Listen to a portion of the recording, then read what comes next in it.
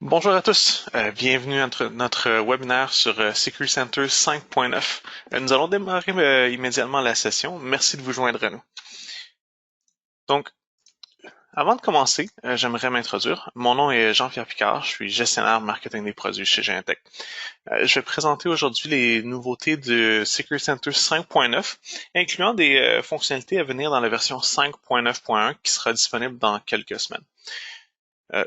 Au cours de ce webinaire, nous parlerons donc de nouvelles fonctionnalités qui ont été introduites avec 5.9.0, qui a été lancé durant le mois de janvier, ainsi que quelques fonctionnalités qui seront disponibles sous peu. Mais avant de se lancer dans la présentation, j'aimerais discuter de quelques points importants. Tout d'abord, vous pouvez télécharger immédiatement Security Center 5.9 sur le portail d'assistance technique de Genentech. Si vous désirez faire une mise à jour de votre système, contactez votre partenaire certifié Genentech pour qu'il puisse valider la compatibilité de votre système et de ses différentes composantes. La version 5.9 est une version majeure, donc elle nécessite une mise à jour et un contrat actif de Genentech Advantage. Par contre, la version 5.9.1 sera disponible à l'ensemble des clients qui ont déjà la version 5.9.0, puisque c'est une version mineure et qu'elle est donc disponible sans contrat Advantage pour tous les clients déjà sur 5.9. Nous enregistrons la présentation actuelle, elle sera partagée ensuite sur le site web de Genentech au courant de la semaine prochaine. Vous pouvez poser vos questions en utilisant la boîte questions de l'interface GoToWebinar à la droite de votre écran. Et nous allons faire une session de questions-réponses à la fin de la présentation. Nous allons faire de notre mieux pour répondre aux questions au fur et à mesure qu'elles sont soumises, mais les questions d'intérêt général seront discutées verbalement pour le bénéfice de tous. Donc, sautons dans le vif du sujet. Donc, Security Center 5.9. Pour chaque version majeure de Genentech, nous établissons des thématiques d'innovation, des caractéristiques qui regroupent plusieurs nouvelles fonctionnalités. Dans le cas 5.9, nous nous sommes attardés à donner plus de contrôle aux administrateurs de système. Nous allons regarder dans quelques minutes quelles sont les fonctionnalités qui sous-tendent cet objectif.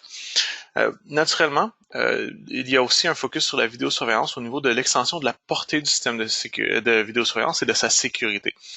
Par contre, la façon dont ce focus s'articule est différent de ce que nous avons vu dans les versions précédentes, lorsque les défis étaient plus reliés à la gestion d'un plus grand nombre de caméras au niveau de l'infrastructure. Et finalement, la dernière thématique de Security Center 5.9 est le renforcement de la sécurité et de l'unification de la sécurité et des opérations. Et ça se décline principalement par une mise à jour importante au niveau de notre module de communication unifié Sipelia, ainsi que le module de gestion des alarmes d'intrusion. Donc, nous allons, au cours de cette présentation, discuter chacun de ces points séparément, en commençant avec le premier, donner de plus de contrôle aux administrateurs système.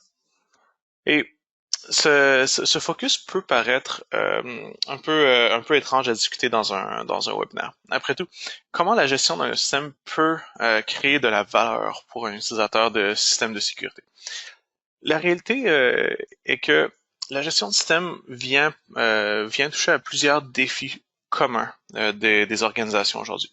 La première, c'est que la conformité avec le cadre légal et les pratiques de l'entreprise prend de plus en plus d'espace dans les processus des clients.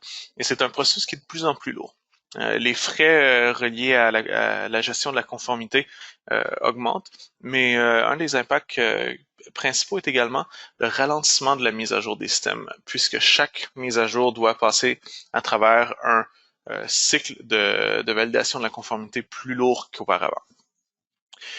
Ce problème est exacerbé par le fait que les départements de TI sont de plus en plus concentrés sur les systèmes qui soutiennent les activités commerciales, les activités qui génèrent de la valeur pour la firme.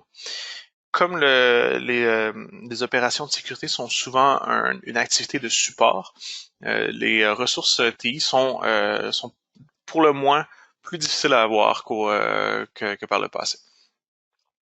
Et la gestion de système fait face à un défi émergent qui est de plus en plus important, c'est-à-dire la gestion du périmètre d'attaque de cybermenaces qui est causée par la prolifération du nombre de capteurs et de leur variété. Lorsqu'un système contient seulement des caméras de vidéosurveillance, le processus de maintien du micro-logiciel est plus simple à gérer, même s'il est plutôt onéreux dans sa forme actuelle. Par contre, lorsqu'on ajoute des capteurs de température, des lecteurs de cartes et ainsi de suite, les processus de mise à jour deviennent de plus en plus complexes. Donc, pour s'attaquer à ces défis, Security Center 5.9 introduit une nouvelle série de versions parallèles nommées les versions de support à long terme ou LTS, Long Term Support en anglais. Donc, ces versions sont des versions minimalistes de nouvelles releases de Security Center. La track normale, la track de Continuous Delivery, continue telle qu'elle était, mais la version LTS vient la complémenter en offrant des mises à jour qui visent uniquement à réduire la portée des cybermenaces. Donc, elles contiennent des mises à jour qui vont fermer les ouvertures découvertes, les vulnérabilités découvertes récemment, et quelques fixes pour des défauts mineurs au niveau du logiciel. Mais le but ici est d'avoir une mise à jour dont l'impact est le plus petit possible sur les systèmes en production. Donc, cela vise les clients qui ont des défis au niveau de la conformité et de la gestion des mises à jour et qui fait qu'ils font une mise à jour importante plus rarement. Et ce qu'on veut, c'est s'assurer qu'ils puissent maintenir un accès aux mises à jour de cybersécurité critiques tout en répondant à leur processus interne. Le coût pour la version LTS, c'est que à l'intérieur d'un cycle de release majeur, la version LTS n'accédera pas aux nouveaux appareils, aux nouvelles fonctionnalités qui sont disponibles dans les différents releases mineurs. Par exemple, 5.9.1. Si on regarde les conventions de version de Security Center, nous avons 4 versions. Les versions d'architecture qui sont plutôt rares, donc nous sommes sur la version architecturale 5 de Security Center depuis plusieurs années. La version majeure, qui est mise à jour de façon plus fréquente, donc 5.9 est une version majeure, 5.8 était la version majeure précédente. Et par la suite, nous avons les versions mineures, telles que 5.9.1 qui sera disponible dans les semaines à venir, et les versions patch. Les versions mineures sont des versions qui introduisent des nouvelles fonctionnalités, qui prennent en charge des nouveaux appareils, par exemple des caméras, et qui introduisent des nouvelles capacités SDK et des corrections de bugs et de problèmes de sécurité. Par contre, les versions mineures ne brisent pas la compatibilité, la rétrocompatibilité comme les versions majeures le font. Les versions patch sont introduites plus tard dans le cycle de vie d'une version, lorsqu'une nouvelle version majeure a été lancée, donc, et permettent la prise en charge de nouveaux appareils, ainsi que la correction de bugs, de problèmes de sécurité. Donc, pour les versions LTS, aucune version mineure ne sera introduite, puisque le but est de limiter les changements au système, et la version patch sera simplifiée pour introduire seulement des corrections de bugs mineurs et des corrections de problèmes de sécurité.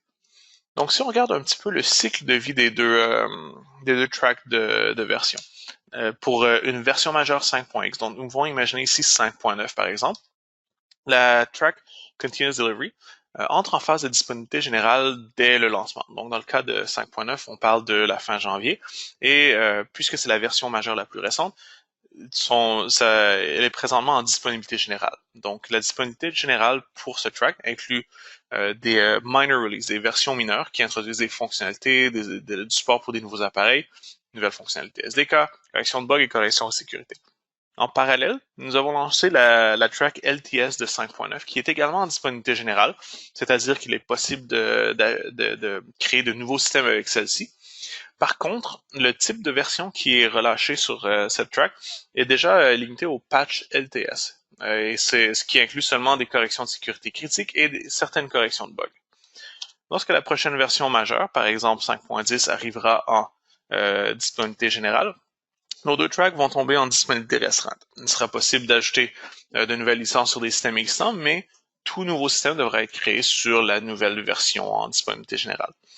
Au niveau de la track Continuous Delivery, nous allons tomber dans une mise à jour de type patch. Donc, aucune nouvelle fonctionnalité, mais du support pour de nouveaux appareils, des habiletés SDK supplémentaires, correction de bugs, correction de sécurité. Au niveau LTS, peu de changements. Ce qui sera inclus dans les nouvelles versions sera cohérent avec ce qui était le cas lors de la disponibilité générale. Après 3 ans, la Track Continuous Delivery arrivera en fin de vie, c'est-à-dire que aucun support, aucune nouvelle version ne sera disponible pour celle-ci. Tandis que la version LTS tombera en fin de maintenance. Et à partir de ce moment, elle tombera dans la phase de maintenance prolongée pour 2 ans, durant laquelle seules des corrections de sécurité critiques seront disponibles. Donc la version LTS offre une mise à jour à long terme intéressante pour les systèmes qui ne sont pas capables d'être mis à jour de façon plus fréquente. La Track Continuous Delivery assure l'accès aux plus récentes fonctionnalités, à l'ensemble des corrections de bugs, à l'ensemble des corrections de sécurité. Et donc à préconiser pour les organisations qui font une mise à jour chaque année ou à chaque 2 ans, par exemple. Mais une organisation qui ferait une mise à jour majeure seulement aux 3 ou 4 années pourrait bénéficier de la Track LTS. Donc, l'introduction de la Track LTS vise à assurer la mise à jour du logiciel qui sous-tend votre système de sécurité. Par contre, comme j'ai mentionné plus tôt, un des grands défis est la mise à jour des unités physiques qui sont en périphérie du système, c'est-à-dire les caméras, les lecteurs de contrôle d'accès, etc. Et nous avons fait une étude l'an dernier auprès de nos clients à l'aide du programme d'amélioration de produits Genetec. Et nous avons regardé quelle était la proportion des caméras qui utilisent la dernière version du micro-logiciel qui le gère. Ce que nous avons découvert, c'est que seulement 30% des caméras de nos clients connectés à un système Security Center qui font partie de ce programme utilisent la dernière version du micro-logiciel. Ce qui veut dire que la vaste majorité des caméras utilisent une version dépassée du micro-logiciel. Et la raison est simple. Mettre à jour un micro-logiciel sur une caméra est un processus qui est assez onéreux. Il faut d'abord rester aux aguets pour découvrir les nouvelles versions qui sont lancées pour les différentes caméras et marques de caméras sur un système. Ensuite, il faut valider la compatibilité avec le logiciel de gestion de la vidéosurveillance. Et ensuite, il faut télécharger le fichier et l'appliquer aux caméras. Le résultat, c'est que la majorité des caméras n'utilisent pas une version à jour et une caméra sur 4 utilise une version de micro-logiciel avec une faille de sécurité reconnue.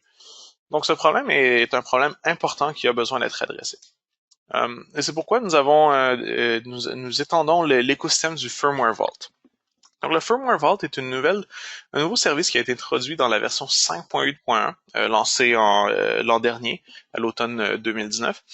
Et c'est un service qui est alimenté par le service de mise à jour Genetec, communément appelé le GOS, Genetec Update Service.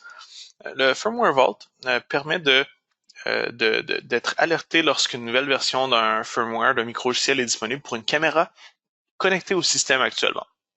Cette version de micro-logiciel a été validée par Genetec et par la suite, à l'aide du Firmware Vault, il est possible de la télécharger directement du config tool et de le déployer sur les caméras sur le même sous-réseau. Donc, lors du lancement l'automne dernier, le Firmware Vault supportait les firmwares de Hanwha et nous sommes heureux d'annoncer que nous avons ajouté le support récemment pour les firmwares de Axis et de Panasonic et Bosch est sur le point d'être mis disponible également. Ce qui veut dire que pour chacun de ces manufacturiers, vous allez pouvoir télécharger, être alerté, faire une mise à jour des micro-logiciels directement du config tool. Ça va remplacer le processus à plusieurs étapes et plusieurs sources actuelles et permettre la mise à jour plus efficace de l'ensemble de vos caméras. Au niveau du contrôle d'accès, dans la version 5.9, nous avons introduit le suivi des firmware des micro-logiciels pour les contrôleurs et interfaces connectées au système. Donc, vous pouvez maintenant en voir le statut à l'intérieur du rapport d'équipement dans le config tool et dans le security desk. Nous avons également ajouté la surveillance de l'état des contrôleurs et des interfaces. Donc, sont-ils en ligne ou hors ligne? Et ceci peut être suivi en temps réel.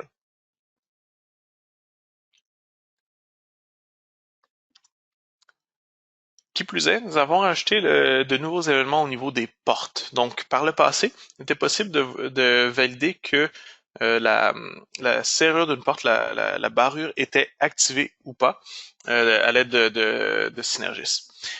Depuis le lancement de 5.9 en janvier, il est maintenant possible aussi de vérifier si la porte a été sécurisée, donc si elle a bien été refermée. Ces deux événements sont séparés et peuvent être utilisés dans l'engin d'événements à action de Security Center. L'autre défi lié à la gestion de l'équipement périphérique est la gestion des identifiants de connexion.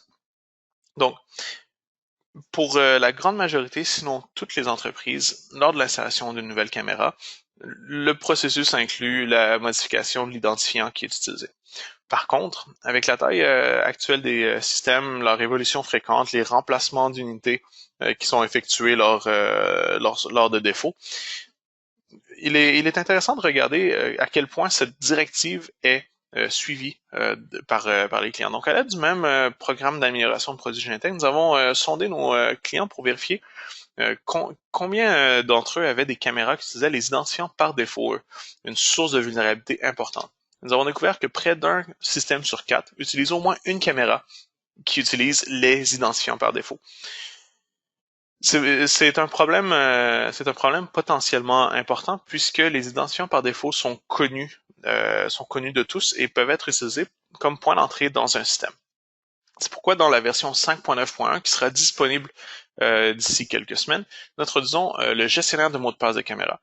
Il utilisera un nouveau rôle du système et pourra ainsi être assigné des privilèges pour restreindre l'accès à cet outil à, par exemple, un administrateur de système.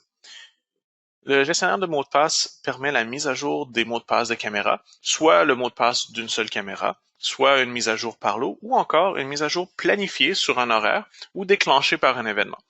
Un exemple simple serait d'effectuer une mise à jour de l'ensemble des mots de passe de caméra lorsqu'un administrateur de système quitte l'organisation. Donc, ceci peut être déclenché avec une hot action ou tout simplement déclenché à l'aide d'une macro. Le gestionnaire de mots de passe de caméra prend en charge les règles de mots de passe de tout l'écosystème de caméra Genentech. Donc, vous pouvez voir dans la vidéo ici, par exemple, lorsqu'on utilise une caméra, les minimums de sécurité varient d'un modèle à l'autre. Donc, le nombre de caractères nécessaires, le type de caractères qui doivent être inclus. Et puisqu'il existe une grande variété, nous nous sommes assurés que le gestionnaire de mots de passe est familier avec toutes ces variétés selon les différents modèles et peut facilement appliquer un mot de passe généré de façon aléatoire et qui rencontre les meilleurs standards au niveau de la sécurité. Ce qui est également intéressant avec le gestionnaire de mots de passe, c'est que vous pouvez faire une mise à jour de plusieurs caméras directement de l'inventaire d'équipement. Donc, vous pouvez voir ici, nous prenons une caméra avec un mot de passe très faible et en un seul clic, nous pouvons le mettre à jour pour qu'il utilise un mot de passe qui est rendu très fort. Cette action peut être effectuée sur plusieurs caméras à la fois. Et vous pouvez également exporter les mots de passe qui ont été générés de façon aléatoire dans un fichier protégé pour avoir un backup. Donc ces deux fonctionnalités, le firmware vault et le gestionnaire de mots de passe caméra, permettent de renforcer la défense périphérique de votre système. Une autre source de risque fréquente est la gestion des privilèges. Dans Security Center 5.8, nous avons introduit le Privilege Troubleshooter, donc un outil qui permet de valider les privilèges d'un individu ou les privilèges reliés à une unité ou à une action spécifique. Donc, comme vous pouvez voir dans la vidéo ici, nous introduisons dans la version 5.9.1 la capacité d'exporter le rapport de privilèges ainsi généré pour le sauvegarder et l'archiver pour le futur.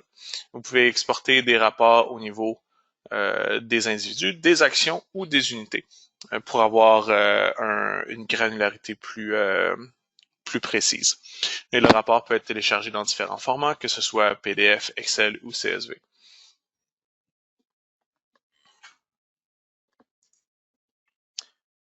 Pour les administrateurs de système, nous introduisons également la certification de Genentech Mobile, notre application mobile introduite l'an dernier, avec les grandes plateformes de gestion des appareils mobiles. Donc, nous avons testé Genentech Mobile avec Workspace ONE, qui était anciennement connu par AirWatch, un produit de VMware, et Microsoft Intune. Cette certification est valide autant pour l'application en format iOS et Android. Qu'est-ce que ces plateformes peuvent faire? Elles permettent d'affecter des usagers, l'application Genentech Mobile aux appareils gérés par l'organisation.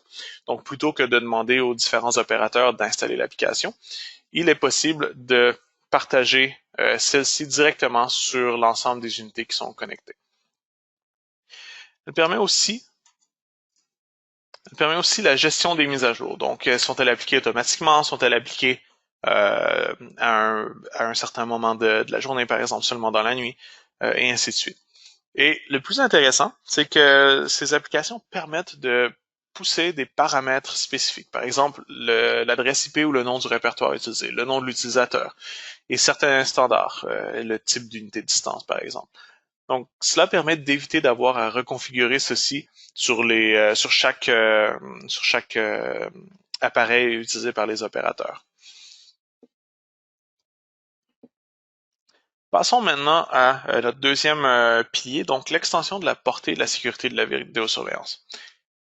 Lorsqu'on parle d'extension de la portée, c'est un défi qui est présent depuis la transition vers la sécurité IP.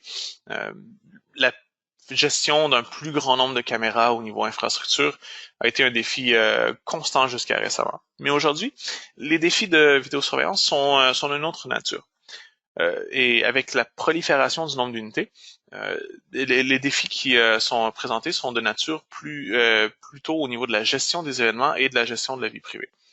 Avec plus de caméras qui filment plus d'événements, combiner autant la sécurité que la confidentialité est de plus en plus difficile et gérer l'accès aux vidéos enregistrées est un défi qui est dans le haut de la liste de plusieurs organisations. Qui plus est, les opérateurs ne peuvent simplement plus surveiller chaque caméra. Et même gérer les événements qui sont créés par le système est de plus en plus difficile avec un flot d'événements tellement élevé que séparer le bruit des événements réels est pratiquement un défi en soi. Et le dernier défi auquel nous voulons nous attarder aujourd'hui est que les budgets ne suivent pas le rythme des attentes au niveau de la croissance des caméras et des systèmes. Ceci exerce une pression additionnelle sur l'efficacité de l'équipement d'infrastructure. Donc, pour assurer un accès autorisé seulement aux vidéos du système, nous introduisons la fonctionnalité de signature numérique. La signature numérique remplace l'ancienne fonctionnalité de filigrane et applique un algorithme de signature des vidéos qui permet de valider que celui-ci n'a pas été modifié, n'a pas été altéré. L'ancien algorithme était un algorithme de type RSA. Il est remplacé par un algorithme de signature à courbe elliptique EDDSA, qui est non seulement beaucoup plus sécuritaire, mais plus efficace également au niveau des besoins, des requis matériels par rapport au niveau de sécurité qu'il offre. Donc, vous pouvez activer la signature numérique directement sur les caméras ou des groupes de caméras. Et celle-ci est activée par défaut automatiquement sur les nouvelles unités StreamVault.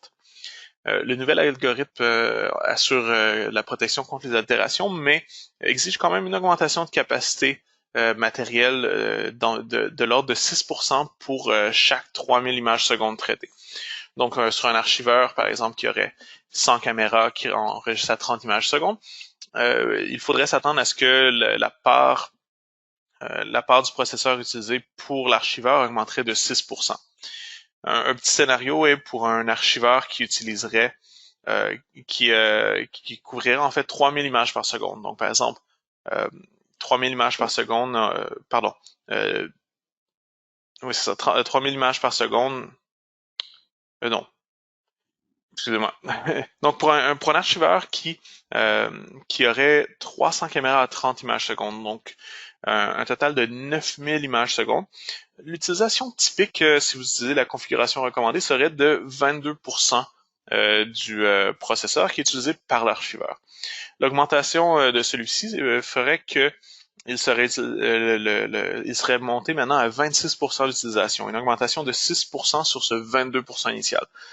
Donc, il est important de prévoir le requis matériel avant d'activer cette fonctionnalité et si vous avez besoin de support pour planifier l'impact sur votre système, contactez votre partenaire certifié de Genetec ou votre ingénieur des ventes Genetec qui pourra vous assister à cet effet. La deuxième fonctionnalité introduite dans la version 5.9 qui permet de mieux protéger les vidéos pour l'export interdit est le filigranage. Donc, le filigranage vise à prévenir le type de partage de vidéos non autorisé, par exemple sur YouTube, que nous avons sûrement tous vu déjà. Par exemple, un client dans un centre d'achat qui regarde son téléphone et tombe dans une fontaine, ou quelqu'un qui frappe un mur encore une fois en regardant son téléphone mobile. L'ajout de la filigrane permet d'inclure de l'information qui permettrait d'identifier autant l'usager de Security Center que la station de travail et la caméra qui a été utilisée. Et cette information est introduite directement dans la vidéo, donc pas en tant que calque, mais en tant qu'un élément direct de la vidéo. Il est possible de positionner cette information dans les différentes sections du vidéo, donc dans le pourtour ou au centre de celui-ci, ou en mosaïque. Cette fonctionnalité est activée au niveau des usagers et des groupes d'usagers. Donc, il est possible de l'activer, par exemple, pour l'ensemble des opérateurs attitrés au monitoring en temps réel, mais de ne pas l'activer pour ceux qui sont en charge des enquêtes. Et une fois appliquée, l'information sera introduite dans le flux vidéo autant en temps réel que lors des exports. Mais puisque l'information est à l'intérieur même du vidéo, il faut prendre en compte le transcodage requis lors d'un export. L'impact est minimal si vous utilisez une station de travail haute performance qui utilise l'accélération matérielle, mais pourrait être important si vous utilisez une station de travail qui n'a pas de carte graphique. Donc, quelque chose à considérer. En général, il est de plus en plus intéressant d'utiliser une station de travail haute performance puisque plusieurs fonctionnalités utilisent maintenant l'accélération matérielle. D'ailleurs, sur le sujet de l'accélération matérielle, nous introduisons dans la version 5.9.1 le support de l'accélération matérielle au niveau du Media Gateway. Le Media Gateway est en charge de transcoder le vidéo qui est envoyé aux applications mobiles et aux clients web de Security Center. Dans la situation actuelle, le client web est un outil de plus en plus utilisé. L'activation de l'accélération matérielle permet d'augmenter de 50% la performance du Media Gateway et lui permet ainsi de gérer un plus grand nombre de flux sans avoir à installer plus d'équipements dans votre data center.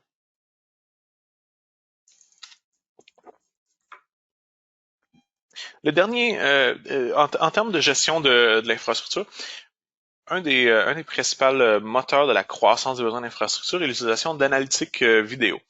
Nous avons introduit la suite d'analytique unifiée de Security Center dans les dernières années. Et la plus récente addition, donc le compteur de personnes, a été lancé avec Security Center 5.8. Et le compteur de personnes est très intéressant pour mesurer autant le nombre de personnes en temps réel dans une zone que le nombre d'entrées, donc le flow d'entrée dans celle-ci.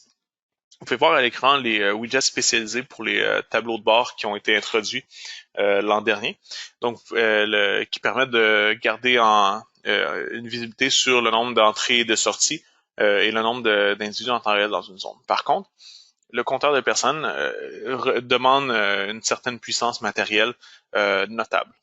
Donc, dans la version 5.9.1, ces besoins matériels ont été réduits de 30%. Donc, il est possible de gérer 30% de plus de flux par serveur que dans la version 5.8, ce qui permettra de diminuer le coût total de cette fonctionnalité. La version 5.9.1 introduit également des widgets spécialisés pour le moniteur d'intégrité des caméras, qui fait également partie d'une suite d'analytiques unifiées.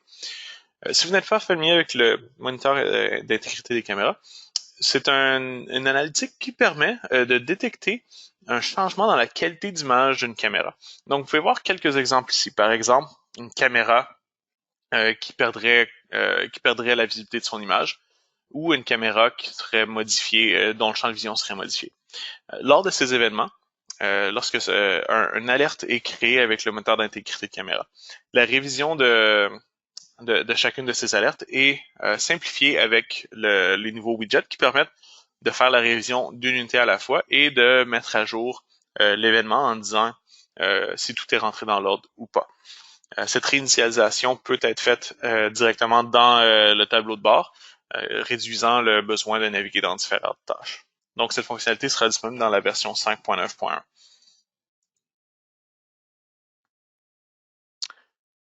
Pour le dernier pilier de Security Center 5.9, le renforcement de la sécurité et l'unification des opérations, la mise à jour passe principalement par deux modules, soit notre module de de communication unifiée, Sipelia, et le module de gestion des alarmes d'intrusion. La mise à jour donc si nous commençons par la mise à jour au niveau de Sipelia. Sipelia est un module qui permet de connecter des unités audio SIP avec votre système. Ces unités peuvent inclure des intercoms, des haut-parleurs ou même des téléphones Voice over IP qui peuvent être connectés au système. La version 2.9 qui a été lancée en même temps que Security Center 5.9 en janvier dernier permet de créer des groupes de radio-messagerie personnalisés et d'ajouter toute unité qui est déjà disponible à l'intérieur de Sipelia à ceux-ci. Ces groupes peuvent être activés en quelques clics et chaque appareil est ensuite appelé. Il recevra ensuite le message qui est envoyé de façon simultanée. On parle ici d'une fonctionnalité de communication de 1 à plusieurs et non et seulement unidirectionnelle. Ces messages peuvent être dans le fond des messages en direct d'un opérateur ou préenregistrés. La configuration est très simple. Dans le Config Tool, sous le module Sipelia, il est maintenant possible de créer des groupes de radio-messagerie et d'y ajouter les différents appareils utilisateurs ou encore d'autres groupes de radio-messagerie qui seront contactés lors de l'appel du groupe. Donc, il est possible, par exemple, de créer un groupe de radio-messagerie pour un étage dans un building ou une zone dans un building et de mettre celui-ci à l'intérieur d'un autre groupe de radio-messagerie qui serait pour l'ensemble du building. La mise à jour s'en trouvera simplifiée. Chaque groupe a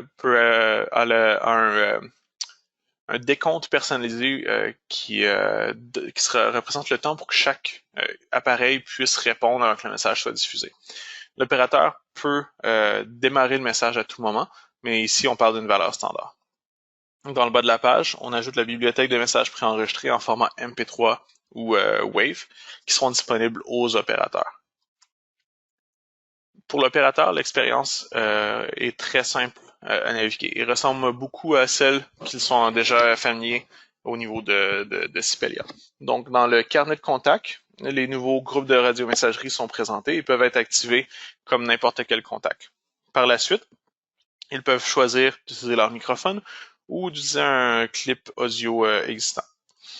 Lorsque l'appel est placé, le décompte commence. On peut voir dans le coin supérieur gauche le nombre d'unités connectées et on peut voir les détails de ces unités en cliquant sur le bouton au coin inférieur gauche.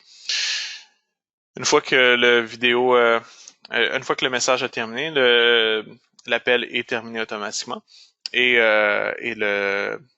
est enregistré dans les audits logs de Sipelia. Donc, cette fonctionnalité est très intéressante pour les clients qui voudraient pouvoir coordonner la réponse ou informer les clients ou les visiteurs ou les employés de façon plus rapide.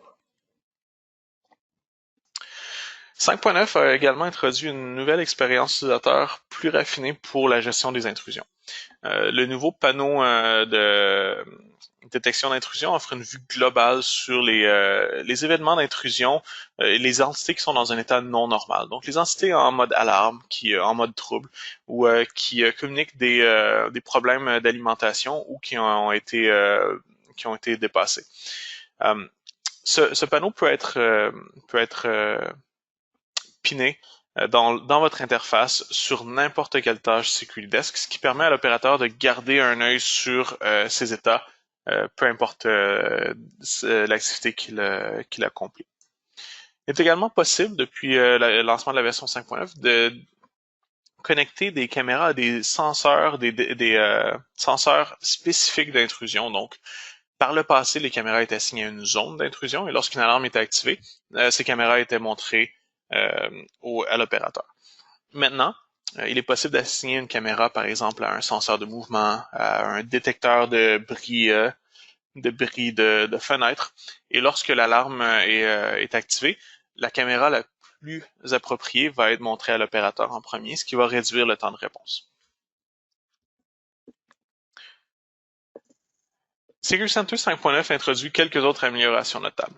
Tout d'abord, une amélioration de l'expérience utilisateur au niveau de la gestion des alarmes.